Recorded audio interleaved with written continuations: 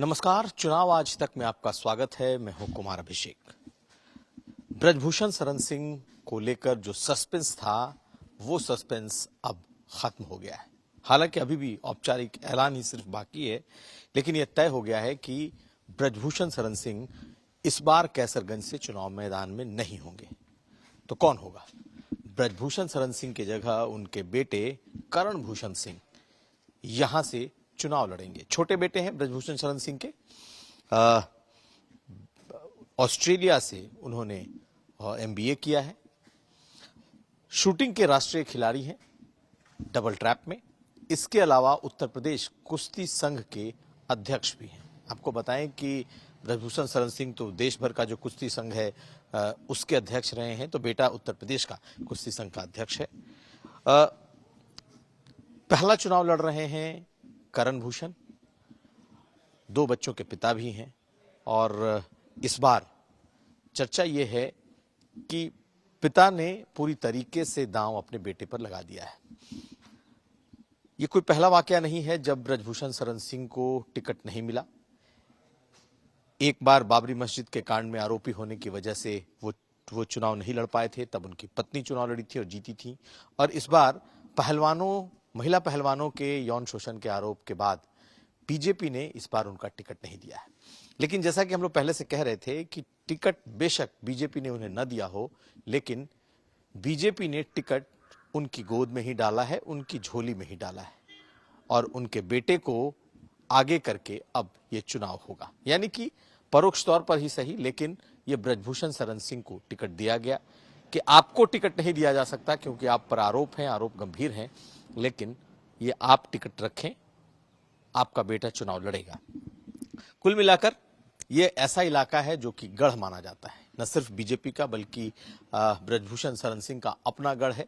और कहा जाता है कि यहां पर ब्रजभूषण शरण सिंह की इतनी पकड़ है, इतनी पैठ है कि उन्हें कोई हरा नहीं सकता। दरअसल यहाँ पर दर्जनों की तादाद में उनके शैक्षणिक संस्थान हैं, कॉलेज, स्कूल, हर तरह के शैक्षणिक संस्थान हैं, और एक बड़ा दबदबा उनका यहाँ पर कायम है।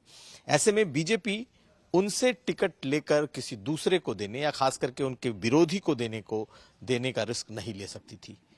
उसकी वजह भी है कि ब्रजभूषण शरण सिंह ने सिर्फ खुद को कैसरगंज तक सीमित नहीं रखा है। 3 जगह से तो वो सांसद हो चुके हैं, बलरामपुर, गोंडा, कैसरगंज रह चुके हैं। ऐसे में आसपास की तमाम सीटों पर उनका प्रभाव है, इसलिए बीजेपी उन्हें नाराज करने का जोखिम नहीं लेना चाहती थी। और उसकी वजह भी है, इस वक्त पश्चिमी उत्तर प्रदेश में जिस तरीके से राजपूतों और ठाकुर समाज ने बीजेपी का विरोध किया, कहीं ऐसा ना हो कि पूर्वांचल होते होते ब्रजभूषण शरण सिंह और धनंजय सिंह पर भी बीजेपी को विरोध झेलना पड़े।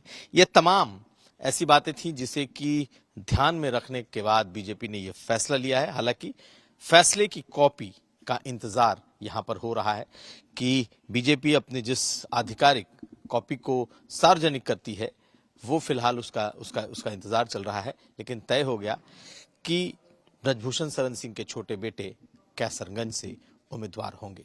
दूसरी तरफ विपक्ष की बात कर लें तो बीएसपी ने ब्राह्मण चेहरे पर अपना दांव लगाया है। नरेंद्र पांडे नाम है, कहा जाता है कि बहराइच के रहने वाले हैं, लेकिन अभी तक समाजवादी पार्टी ने अपना कोई चेहरा नहीं उतारा है। अब देखना यह है कि समाजवादी पार्टी किस पर अपना दांव लगाती है। हालांकि इस इलाके में ब्राह्मणों और ठाकुरों की सियासत हमेशा से चलती रही है और एक दूसरे के खिलाफ चुनाव लड़ते रहे हैं। ऐसे में बसपा ने तो ब्राह्मण कैंडिडेट पर अपना दांव लगाया है। अब नजर इस बात पर है कि समाजवादी पार्टी किस पर दांव लगाती है। समर्थकों का मानना है कि एक बार फिर बड़ी जीत जीतेंगे ब्रजभूषण शरण सिंह, बेशक उनका बेटा चुनाव मैदान में हो। कैसरगंज से चुनाव आज तक के लिए कुमार अभिषेक।